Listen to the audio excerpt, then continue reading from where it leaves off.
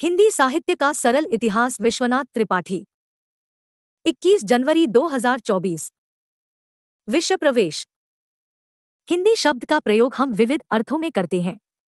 सुविदित है कि हिंदी भारत की राजभाषा है। राज शब्द का प्रयोग भाषा के लिए बहुत अच्छा नहीं है, क्योंकि भारत की कोई भाषा प्रजाभाषा नहीं है। राजभाषा का अर्थ केवल केंद्र की सरकारी भाषा है। हिंदी भारत की संपर्क भाषा है। इसका अर्थ यह है कि केंद्रीय सरकार और राज्य सरकारों के बीच संपर्क की भाषा है। हिंदी मूलतः हिंदी भाषी क्षेत्र अर्थात हिमाचल प्रदेश, हरियाणा, दिल्ली, उत्तरांचल, उत्तर प्रदेश, बिहार, झारखंड, मध्य प्रदेश और छत्तीसगढ़ की राज्य भाषा है। इन क्षेत्रों की अपनी अपनी बोलियां हैं। आदिवासियों की बोलियां तो अपना स्वतंत्र अस्तित्व रखती हैं। हिंदी क्षेत्र की प्रमुख बोलियां हैं कुमायूनी, गढ़वाली, हिमाचली, हरियाणवी, खड़ी बोली, ब्रजी, अवधी, बघेली, बुंदेलखंडी और भोजपुरी। इन बोलियों की अनेक उपबोलियां हैं। कहा जाता है कि 10 कोस पर भाषा बदल जाती है। प्रश्न है कि इस बहुबोली समूह को हम हिंदी क्यों कहते हैं, या दूसरे शब्दों में हम इन्हें हिंदी के अंतर्गत क्यों मानते हैं। ऐसा इसलिए कि इनका व्याकरणिक रूप थोड़ी बहुत भिन्नता के बावजूद समान है। इनकी शब्दावली भी अधिकांशतः समान है। इन बोलियों और उपबोलियों का व्यवहार करने वाले एक दूसरे की बोली समझ लेते हैं। सबसे महत्वपूर्ण बात यह है कि इनमें परंपरा से केंद्रोन्मुख भाषा में साहित्य रचा जाता रहा है। इस क्षेत्र में ब्रजी और अवधी दो प्रमुख विख्यात साहित्यिक भाषाएं रही हैं, जिनमें विश्वस्तरीय समृद्ध साहित्य रचा गया है। इस विशाल भाषा प्रदेश के समाचार पत्र, दूरदर्शन केंद्र, आकाशवाणी केंद्र, विद्यालयों आदि में नागरिक हिंदी का व्यवहार करते हैं, साहित्य रचते हैं, पत्र व्यवहार करते तथा राजनीतिक मुद्दों पर अपने विचार व्यक्त करते हैं। परंपरा से आज तक इस प्रदेश की मानक भाषा हिंदी ही रही है। मानक हिंदी का क्षेत्रीय बोलियों से कोई विरोध नहीं है, उल्टे ये बोलियां हिंदी के क्रमिक विकास में सहयोग ही करती आई है। इतने बड़े भाषा क्षेत्र में कभी कभी विवाद उठना स्वाभाविक भी है। आज की मानक हिंदी का आधार खड़ी बोली है, जो पश्चिमी क्षेत्र की है। इस खड़ी बोली में हिंदी की अन्य बोलियों ने अपना योगदान करके उसके मानक रूप का निर्माण किया है। साहित्य शब्दों के माध्यम से परिस्थिति विशेष के ऐसे चित्र खींचता है या ऐसे विचार प्रस्तुत करता है कि हृदय उद्वेलित हो उठता है। मार्मिकता पैदा होती है। इस मार्मिकता के आधार और कारण बदलते रहते हैं। इस परिवर्तन का आधार हमारा इतिहास बोध है, जो परोक्ष तौर पर हमारे मूल्य और नैतिक मानदंड भी बदलता रहता है। कहते हैं कि संसार परिवर्तनशील है। इस परिवर्तनशीलता का प्रभाव हमारे भाव जगत पर भी पड़ता है। संसार की परिवर्तनशीलता के संदर्भ में साहित्य में परिवर्तन की खोज करना और उसकी व्याख्या करना साहित्य के इतिहास का कार्यक्षेत्र है। इतिहास क्या है? हमारा वर्तमान निरंतर अतीत में समाता जा रहा है। हम वर्तमान को देखते हैं, अतीत को हम नहीं देख पाते। लेकिन मनुष्य स्वभावतः इतिहास में भी झांकने का निरंतर प्रयास करता रहा है। अतीत में जाते रहने की प्रक्रिया में वर्तमान अपने कुछ चिन्ह छोड़ जाता है। पुराने भवन, शिलालेख, ताम्रपत्र, सिक्के, भाषा, साहित्य, मिथक, किंवदंतियां आदि ऐसी ही चीजें हैं। इन्हें इतिहास का अवशेष समझना चाहिए। इन्हीं अवशेषों के आधार पर इतिहासकार इतिहास का पुनर्निर्माण करते हैं। आज अशोक नहीं है, किंतु उसके शिलालेख हैं। अकबर नहीं है, किंतु आईने अकबरी है। इनसे जो जानकारियां मिलती हैं, उन्हीं के आधार पर इतिहास की रचना होती है। ये अवशेष ही इतिहास लेखन की आधारभूत सामग्रियां है। साहित्य का इतिहास भी ऐसे ही पुनर्निर्मित किया जाता है। समस्त प्राचीन साहित्य जैसे 84 वैष्णवन की वार्ता, 252 वैष्णवन की वार्ता, कबीर, सूर, तुलसी, जायसी, मीरा, भारतेंदु हरिश्चंद्र आदि की रचनाएं हिंदी साहित्य के इतिहास लेखन की आधारभूत सामग्री हैं। हिंदी भाषा, साहित्य, साहित्य के इतिहास की कुछ जानकारियों के बाद अब हम हिंदी साहित्य के इतिहास का परिचय प्राप्त करेंगे। सामान्यतः हिंदी साहित्य के इतिहास का प्रारंभ 1000 ई के आसपास माना जाता है। राहुल सांकृत्यायन सरापा को पुरानी हिंदी का कवि मानते हैं। इस दृष्टि से हिंदी साहित्य का इतिहास लगभग 2 शताब्दी पूर्व 9वीं शताब्दी से शुरू हो जाता है। सरापा की पुरानी हिंदी रचनाएं परिमाण में बहुत कम उपलब्ध हुई है, इसलिए हम 1000 ई से ही हिंदी साहित्य का उद्भव मानना उचित समझते हैं। कहने की आवश्यकता नहीं है कि हिंदी साहित्य का प्रारंभ हिंदी भाषा में साहित्य रचना से शुरू हुआ होगा। इसीलिए इतिहासकारों के सामने समस्या यह है कि वे हिंदी की अपभ्रंश पूर्व भाषा से किन विशेषताओं के आधार पर अलग पहचान स्थापित करें। भाषा प्रवाह नदीजल के समान होता है। उसे हम किसी एक बिंदु से सर्वथा भिन्न या नवीन नहीं घोषित कर सकते। हमें देखना होगा कि अपभ्रंश किन भाषा प्रवृत्तियों के कारण हिंदी में रूपांतरित हुआ। विद्वानों के अनुसार ये प्रवृत्तियां तीन हैं। 1, क्षतिपूरक दीर्घाकरण। 2, परसगा के प्रयोग की अधिकता। और 3, तत्समीकरण। अपभ्रंश में हाथ के लिए हथ शब्द चलता था।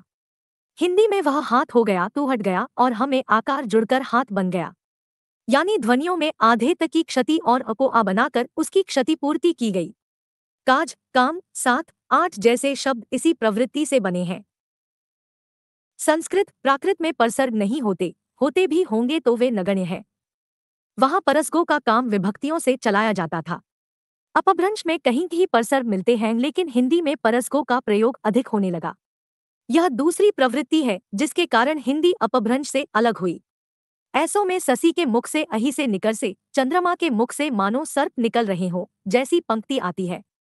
पाली, प्राकृत तथा अपभ्रंश में तत्सम शब्द ढूंढने पर भी मुश्किल से मिलते हैं।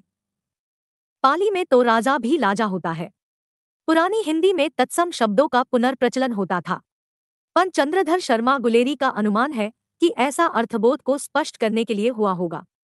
अपभ्रंश में एक ही शब्द कभी कभी अनेक अर्थों में प्रयुक्त होता था, जैसे गज और गद दोनों के लिए गए। इससे अर्थबोध में गड़बड़ी होती थी। कुछ लोगों का विचार है कि तत्सम शब्दों का पुनर्प्रचलन वैष्णव धर्म के प्रचार के कारण हुआ। पृथ्वीराज रासों में वर प्रमुदीय प्रथमाधिप्ति जैसी पकती है। सारांश यह कि अपभ्रंश में क्षतिपूरक दीर्घीकरण, परसगों के प्रयोगों की अधिकता और तत्सम शब्दों के पुनर्प्रचलन की प्रवृत्तियां आ जाने पर उसका विकास पुरानी हिंदी में हुआ। वे प्रवृत्तिर्णम साहित्य में 10वीं शताब्दी के आसपास मिलने लगती है। अतः हम हिंदी साहित्य के इतिहास का प्रारंभ 1000 ईसे मानते हैं। 8, रामचंद्र शुक्ल ने प्रधान साहित्यिक प्रवृत्ति को विभिन्न कालखंडों के नामकरण का आधार माना था। इसी पद्धति पर उन्होंने आदिकाल को वीरगाथा काल, पूर्व मध्यकाल को भक्तिकाल, उत्तर मध्यकाल को रीतिकाल और आधुनिक काल को गद्य काल कहा था। वीरगाथा और पक्ति को प्रधान प्रवृत्ति मानते समय उनके ध्यान में साहित्य का भाव पक्ष रहा होगा, जबकि रीति और गद्य रूपगत प्रवृत्तियां हैं। जहां तक आदिकाल का प्रश्न है, ग्रियर्सन ने इसे चारण काल, मिश्र बंबुओं ने जर्मिक काल, राहुल सांकृत्यायन ने सिद्ध सामंत काल तथा हजारी प्रखर द्विवेदों ने आदिकाल कहा है। इस प्रकार हिंदी साहित्य के इतिहास का काल विभाजन, नामकरण और विभिन्न कालखंडों को कालावधियां इस प्रकार है। 1, आदिकाल, वीरगाथा काल, सन 1050 से सन 1375 तक। 2, पूर्व मध्यकाल, भक्तिकाल, सन 1375 से सन 1700 तक। 3, उत्तर मध्यकाल, रीतिकाल, सन 1700 से सन 1900 तक। 4, आधुनिक काल, गद्यकाल से 1900 से सन तक। शुक्ल जी का काल विभाजन तो प्रायः सर्वमान्य है, किंतु परवर्ती इतिहासकारों ने आदिकाले और रीतिकाल के नामकरण और प्रधान प्रवृत्ति के विषय में शुक्ल जी से गंभीर मतभेद प्रकट किया है, जिसकी चर्चा हम यथावसर करेंगे। यद्यपि हिंदी साहित्य के इतिहास का प्रारंभ 1000 ई के आसपास से माना जाता है, किंतु हिंदी साहित्य के इतिहास के प्रारंभिक काल को ठीक से समझने के लिए हमें कुछ पहले की साहित्यिक गतिविधियों का परिचय प्राप्त कर लेना चाहिए। पहले कहा जा चुका है कि इस काल में रचित अनेक अपभ्रंश रचनाओं और नाथसिद्धों की भाषा को पंडित चंद्रधर शर्मा गुलेरी ने पुरानी हिंदी कहा था। वस्तुतः पुरानी हिंदी से उनका तात्पर्य परिनिष्ठित अपभ्रंश से विकसित या अपभ्रंशोत्तर भाग से है। सिद्धो नाथो, नैनमुनियों के दोहे, पद्य, संदेशासक, उक्तिव्यक्ति प्रकरण, राडर बेल, प्राकृत पैंगलम के अनेक छंद, हेमचंद्र के छंद, हेमचंद्र के प्राकृत व्याकरण में संकलित अनेक दोहे पुरानी हिंदी के अंतर्गत हैं। रामचंद्र शुक्ल में अपने इतिहास में आदिकाल को अपभ्रंश काव्य और रेश भाषा काव्य में विभाजित किया है और देश भाषा काव्य को वीरगाथा काव्य कहा है। इस वीरगाथा काव्य को पुरानी हिंदी के ही अंतर्गत मानना चाहिए। पुरानी हिंदी में अपभ्रंश और हिंदी की भाषाएं एवं साहित्यिक प्रवृत्तियां मिली हैं। इसीलिए आदिकाल को अपभ्रंश और हिंदी का संधिकाल भी कहा जाता है। हिंदी भाषा और साहित्य का स्वरूप वस्तुतः पक्तिकाल में सामने आता है। अब हम आदिकाल तथा उत्तरवर्ती कालखंडों के इतिहास का क्रमवार परिचय प्राप्त करेंगे। अध्याय आदिकाल 1000 से 1400। सामाजिक स्थिति। आदिकाल विविध और परस्पर विरोधी प्रवृत्तियों का काल है। हर्षवर्धन के बाद किसी ने केंद्रीय सत्ता स्थापित नहीं की। युद्ध या बाहरी हमलों का कोई प्रभाव जनता पर नहीं पड़ता था। भूमि और नारी का हरण राजाओं पर लिखे गए काव्यों के सामान्य विषय हैं। सामंतवादी व्यवस्था में भूमि संपत्ति का स्रोत होती है। रक्त या वंश की शुद्धता और उच्चता में नारी की भूमिका निर्णायक होती है। अर्थव्यवस्था की बात छोड़ दे तो कहा जा सकता है कि सामान्य जनता के दैनंदिन जीवन पर राज्य की अपेक्षा धार्मिक मतों का अधिक प्रभाव था। इस काल में संस्कृत, प्राकृत और अपभ्रंश में भी रचनाएं हो रही थी और साथ ही साथ अपभ्रंश के केंचुल को छोड़ती हुई हिंदी भी अपना रूप ग्रहण कर रही थी। इस काल में आवागम के साधन आज जैसे विकसित नहीं थे। इसका परिणाम यह दिखलाई पड़ता है कि इस विशाल क्षेत्र के विभिन्न स्थानों पर रची हुई कृतियों में भाषागत विभिन्नता अर्थात क्षेत्रीयता का रंग अधिक है। इसलिए आदिकाल का हिंदी साहित्य अनेक बोलियों का साहित्य प्रतीत होता है। वस्तुतः यह काल अनेक दृष्टियों से संधिकाल है। धार्मिक दृष्टि से इस काल में अनेक ज्ञात साधनाएं प्रचलित थी। सिद्ध, जैन, नाथ आदि मतों का इस काल में व्यापक प्रचार किया गया था। इनका साहित्य भी प्रचुर मात्रा में उपलब्ध होता है। धार्मिक साधना के रूप में वैष्णव मत का प्रचार सामान्य जनता में कम नहीं रहा होगा, किंतु इस काल में वैष्णव मतावलंबी साहित्य अपेक्षाकृत कम मिलता है। इस्लाम का प्रवेश हो चुका था, किंतु उसका प्रभाव साहित्य पर आदिकाल के अंतिम चरण के प्रसिद्ध कवि अमीर खुसरो में ही दिखलाई पड़ता है। संदेशासक का रचिता अद्दहमान अब्दुर्रहमान अपने नाम से इस्लाम धर्मावलंबी ज्ञात होता है, किंतु उसकी रचना पर इस्लाम का प्रभाव नहीं के बराबर है। सिद्ध कवि। बौद्ध धर्म कालांतर में तंत्र मंत्र की साधना में बदल गया था। वज्रयान इसी प्रकार की साधना था। महापंडित राहुल सांकृत्यायन के अनुसार बौद्ध धर्म अपने हीनयान और महायान के विकास को चरम सीमा तक पहुंचाकर अब एक नई दिशा लेने की तैयारी कर रहा था, जब उसे मंत्रयान, वज्रयान या सहजयान की संज्ञा मिलने वाली थी। सिद्धों का संबंध इस वज्रयान से था। उनकी संख्या 84 बताई जाती है। प्रथम सिद्ध सरहपा 8वीं शताब्दी सहज जीवन पर बहुत अधिक बल देते थे। इन्हीं सहजयान का प्रवर्तक कहा जाता है। सिद्धों ने नैरात्म्य भावना, कायायोग, सहज, शून्य तथा समाधि की भिन्न भिन्न अवस्थाओं का वर्णन किया है। इन्होंने वर्णाश्रम व्यवस्था पर तीव्र प्रहार किया है।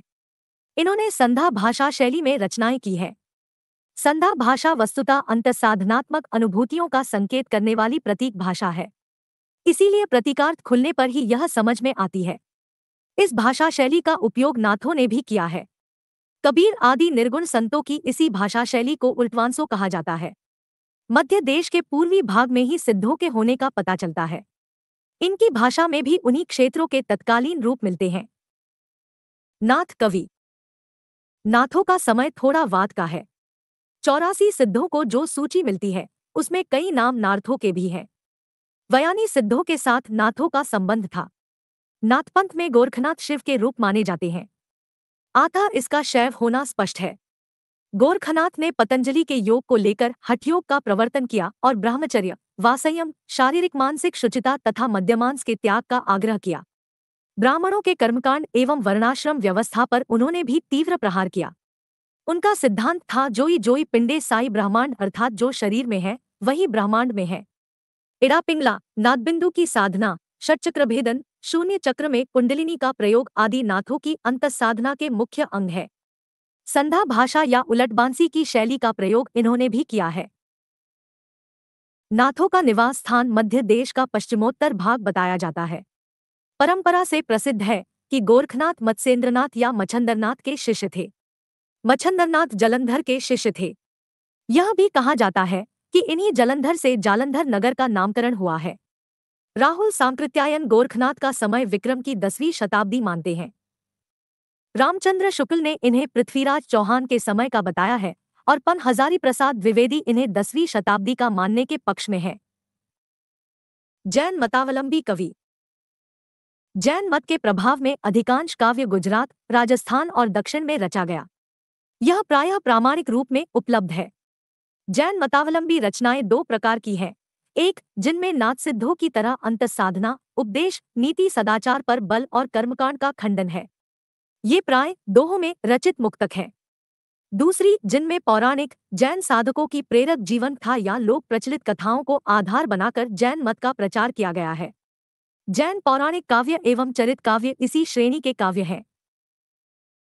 जैन आचार्य हेमचंद्र 12वीं शती के प्राकृत व्याकरण और मेरुतुंग 13वीं शती के प्रबंध चिंतामणि में जैनेतर रचनाएं भी संकलित हैं। सदाचार, उपदेश, रहस्य साधना वाली मुक्तक रचनाएं सिद्धों की रचनाओं में बहुत मिलती है। इनमें भी सहज पर बल दिया गया है। जानिंद 10वीं शताब्दी, राम सिंह लगभग 12वीं शताब्दी आदि इस कोटि के प्रमुख जैन कवि हैं। पौराणिक काव्यधारा में अपभ्रंश के महान कवि स्वयंभू आते हैं, जिन्होंने रामकथा को आधार बनाकर पडम चंडी को रचना की। स्वयंभू 8वीं शती के कवि हैं। पौम चरियु जायसी के पद्यावत और तुलसीदाम के रामचरितमानम की ही तरह कड्यकबद्ध है। अपभ्रंश के अन्य प्रसिद्ध कवि पुष्पदंत 10वीं शती ने महापुराण की रचना की। इसके अतिरिक्त जैन अपभ्रंश कवियों ने भारी संख्या में चरितकाव्य लिखे हैं। इनमें पुष्पदंत का नाकुमार चरित, जसहर चरित तथा कनकामर मुनि 11वीं शती का करकंडचरित अधिक प्रसिद्ध है। भविष्यदत्त कथा नामक प्रसिद्ध अपभ्रंश कथा काव्य धनपाल 10वीं शती की ऐसी रचना है, जिसमें लोक प्रचलित कथा को भी सरल बनाए रखा गया है और जैन मत में दीक्षित होने की प्रेरणा भी दो गई है। इस काल का लिखा गया वैष्णव साहित्य बहुत ही कम मात्रा में उपलब्ध है, लेकिन लक्ष्मोधर द्वारा 14वीं शताब्दी में संकलित प्राकृत पैंगलम के अनेक छंदों में विष्णु के विभिन्न अवतारों से संबंधित पंक्तियां मिलती है। इसी प्रकार हेमचंद्र 12वीं शती के प्राकृत व्याकरण में संकलित अपभ्रंश दोहों में भी कृष्ण, राधा, दशमुख आदि को चर्चा आती है। इससे अनुमान किया जा सकता है कि इस काल के साहित्य में विष्णु के विभिन्न अवतारों को लेकर प्रचुर मात्रा में रचनाएं हुई थी, जो अब उपलब्ध नहीं है। बहुत कुछ यही स्थिति श्रृंगारपरक लौकिक काव्यों को भी है। सौभाग्यवश राउल बेल 11वीं शती और संदेशासक 13वीं शती नामक दो शुद्ध लौकिक श्रृंगारी काव्य प्रामाणिक तौर पर उपलब्ध हो गए हैं। संदेशासक का महत्व इससे भी आका जाना चाहिए कि वह किसी भारतीय भाषा में रचित इस्लाम धर्मावलंबी कवि को प्रथम रचना है। संदेशासक 3 प्रक्रमों में विभाजित 223 छंदों का संदेश काव्य है। राउरवेल का रचिता रोड़ा नामक कवि है, जिसने किसी राजा के अंतःपुर में रहने वालों विभिन्न प्रदेशों की रानियों का वर्णन किया है। प्राकृत पैंगलम के छंदों को देखने से पता चलता है कि आश्रयदाता राजाओं को आधार बनाकर काव्य रचने की परंपरा भी इस काल में विद्यमान थी। प्राकृत बैंगलम में विद्याधर द्वारा रचित किसी राजा संभवतः जयचंद की एवं अनुमानतः शांगंधर द्वारा रचित हम्मीर की प्रशंसा में लिखे पद्य मिलते हैं। हेमचंद्र के प्राकृत व्याकरण में अपभ्रंश के जो दोहे संकलित हैं, उनसे एक तो यह बात स्पष्ट हो जाती है कि दोहा उस समय का लोकप्रिय छंद था। दूसरे, बोरता और श्रृंगार नीतिविषयक दोहों में रचित कृतियां भी लोकप्रिय थी। इन दोहों को अभिव्यक्ति इतनी निश्चल और सहज है कि इन्हें लोक साहित्य की कोटि में रखा जा सकता है। यहाँ धर्म, वीर, श्रृंगार और नीतिपरक दोहों के कुछ उदाहरण दिए जा रहे हैं। धर्मा प्रायः मुनिवी भंतरी ते मणियड़ा गणंती अखई निरामय परंपई अज्जवी लऊ न लहंती। प्रायः मुनियों को भी भ्रांति हो जाती है, वे मन का गिनते हैं। अक्षय निरामय परम पद में आज भी ली नहीं लगा पाते। बीरा पाई विलग्गो अंतरडी सिरु लहसियु खंघस तोवी कटारे हत्थड़ो बली के जो कंगंतस। पांव में अंतड़िया लगी है, सिर कंधे से लटक गया है, तो भी हाथ कटार पर है, ऐसे को मैं बली जाती हूँ। श्रृंगारा पेसंगमी कौ निद्दी प्यहो परोखहो के मई विन्निवी विन्नासिया निद न एम्ब न तेम। प्रिय के संगम में नींद कहा, प्रिय के परोक्ष में सामने न रहने पर नोंद कहा। मैं दोनों प्रकार से नष्ट हुई, नींद न यो न त्यों। नीतिया जो गुण गोवई अपना पैड़ा करई परसु तसु हौ कलजुगी दुल्ला हो बली के जो मोनसु। जो अपना गुण छिपाए, दूसरे का प्रकट करे, कलयुग में दुर्लभ सृजन पर मैं बली जाऊं। दोहा, पद्धरिया, गेयपद अपभ्रंश काल के प्रमुख छंद है। वीरगाथा काव्य। पन रामचंद्र शुक्ल ने आदिकाल के तृतीय प्रकरण को वीरगाथा काल कहा है। उनके अनुसार इस नामकरण का आधार यह है कि इस काल की प्रधान साहित्यिक प्रवृत्ति वीरगाथात्मक है। शुक्ल जी ने इस काल की प्रधान साहित्यिक प्रवृत्ति की पहचान जिन 12 ग्रंथों के आधार पर की है, वे इस प्रकार है: विजयपाल रासो, हम्मीर रासो, कीर्तिलता, कीर्तिप्ताका, खुमान रासो, बीसलदेव रासो, पृथ्वीराज रासो, जयचंद प्रकाश, जयम्यन जसचंद्रिका, परमाल रासो, खुसरो की पहेलियां और विद्याप्ति पदावली। इनमें से विद्याप्ति की रचनाएं 14वीं-15वीं शताब्दी अर्थात कीर्तिप्ता का, पदावली और नरपति नाल्ह द्वारा रचित बीसलदेव रासो प्रामाणिक रूप में उपलब्ध है। कीर्तिप्ता का अभी तक संपादित होकर प्रकाशित नहीं हुई है। बीसलदेव रासो का पाठ डॉक्टर माता प्रसाद गुप्त द्वारा संपादित प्रकाशित है। कुछ लोग इसे 13वीं शती की रचना मानते हैं तो कुछ लोग 16वीं-17वीं शती की। जगनिक कृत परमाल रासो आल्हा के रूप में ही पहचाना जाता है। आल्हा लोकगान है, आता यह विभिन्न क्षेत्रों में विभिन्न रूपों में गाया जाता है। जगनिक संभवतः परमाल और पृथ्वीराज के समकालीन 12वीं शती के थे। विजयपाल रासो के रचयिता का नाम नल सिंह है। इसमें जो लड़ाई विजयपाल ने पंग राजा से की थी उसका वर्णन है। मिश्र बंधुओं ने इसका रचनाकाल 14वीं शती ही माना है। भाषा शैली पर विचार करने से यह रचना परवर्ती लगती है। हम्मीर रासो, जयचंद प्रकाश और जयम्यन जसचंद्रिका उपलब्ध नहीं है। हम्मीर विशक एक पद्य प्राकृत पैंगलम में मिलता है जिसके बारे में पं. रामचंद्र शुक्ल का विश्वास है कि वह हम्मीर रासो का ही है। खुमान रासो के रचयिता दलपति विजय हैं। इसमें 9वीं शताब्दी के खुमान के युद्ध का वर्णन है, लेकिन मेवाड़ के परवर्ती शासकों जैसे महाराणा प्रताप सिंह और राजसिंह का भी वर्णन है। इससे प्रकट होता है कि यह रचना 17वीं शती के आसपास की है। पृथ्वीराज रासो आदिकाल का सर्वाधिक प्रसिद्ध काव्य है। इस काव्य का रचनाकाल और इसका मूल रूप सर्वाधिक विवादास्पद है। इसके रचयिता चंद्रवरदायी पृथ्वीराज चौहान के अंतरंग बताए जाते हैं। प्राच्य विद्या के यूरोपीय पंडितों ने इस ग्रंथ से मध्यकालीन इतिहास पर पर्याप्त प्रकाश डालने की आशा बांध रखी थी। इसलिए डॉक्टर बूलर को जब यह पता चला कि रासो की तिथियां, व्यक्तियों के नाम, घटनाएं आदि इतिहास सम्मत नहीं है, तो उन्होंने तत्काल इस ग्रंथ को न प्रकाशित करने की सिफारिश की। इसकी प्रामाणिकता पर संदेह करने वाले विद्वानों में गौरीशंकर हीराचंद ओझा, रामचंद्र शुक्ल आदि भी हैं। बाबू श्यामसुंदर दास और मोहनलाल विष्णुलाल पांड्या इसे प्रामाणिक मानने वालों में हैं। महामहोपाध्याय गौरीशंकर ओझा के अनुसार पृथ्वीराज रासो 1600वें सन के आसपास लिखा गया। इसकी ऐतिहासिकता की खोज अब बंद कर दी गई है। इधर हाल में मुनि जिन विजय ने पुरातन प्रबंध संग्रह के एक अंश जयचंद प्रबंध के 4 छप्पयों की ओर ध्यान आकृष्ट कराया, जो वर्तमान रासों में भी मिलते हैं। पुरातन प्रबंध संग्रह का संकलन काल संभवतः 15वीं शती है।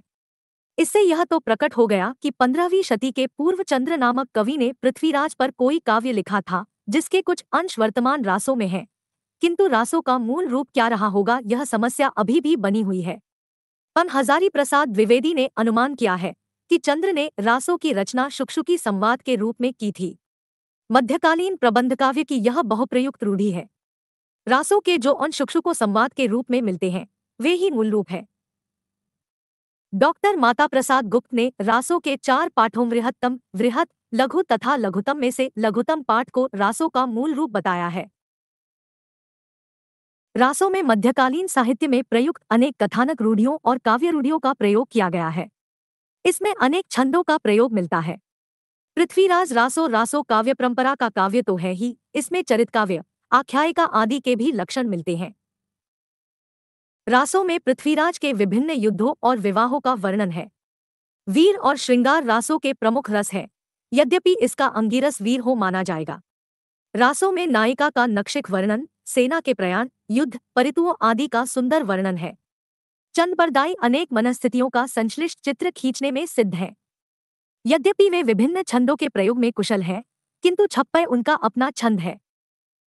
रासों के एक खंड कैमास वध का छप्पय इस प्रकार है। एको वान पुहवी नरेश कैमासह मुक्कौ उर उपरी परहर्यु वीर कप्पतर चुक्कौ बीउ बान संधानी हनौ सोमे सुरनंदन गाढ़ौ करी निग्यहौ पनिव पोदौ संभरी धनी थर छंडी न जाय अभागरु गारे गहौ जुगुन परौ इम जंपै चंद विरद्दिया सु कहाँ निमिट्टी एह प्रलौ। बीसलदेव रासो के रचयिता का नाम नरपति नाल्ह है। पाठ के अनुसार ग्रंथ की रचना संवत 1212 अर्थात 1155 में हुई थी, किंतु श्री मोतीलाल मेनारिया के अनुसार इसकी रचना 16वीं शताब्दी में हुई होगी। बीसलदेव रासों में शाकंभरी नरेश बीसलदेव और भोज परमार की पुत्री राजमती के विवाह, वियोग और पुनर्मिलन का वर्णन है। यह प्रधानतः श्रृंगारी काव्य है। बीसलदेव रासों में हिंदी काव्य में प्रयुक्त होने वाले बारहमासा का वर्णन सबसे पहले मिलता है। पृथ्वी नरेश चौहान ने कैमास को एक बाण मारा। बाण मारते समय पृथ्वीराज के हृदय में हड़बड़ी हुई। तीर कैमास की कांख के बीच से निकल गया।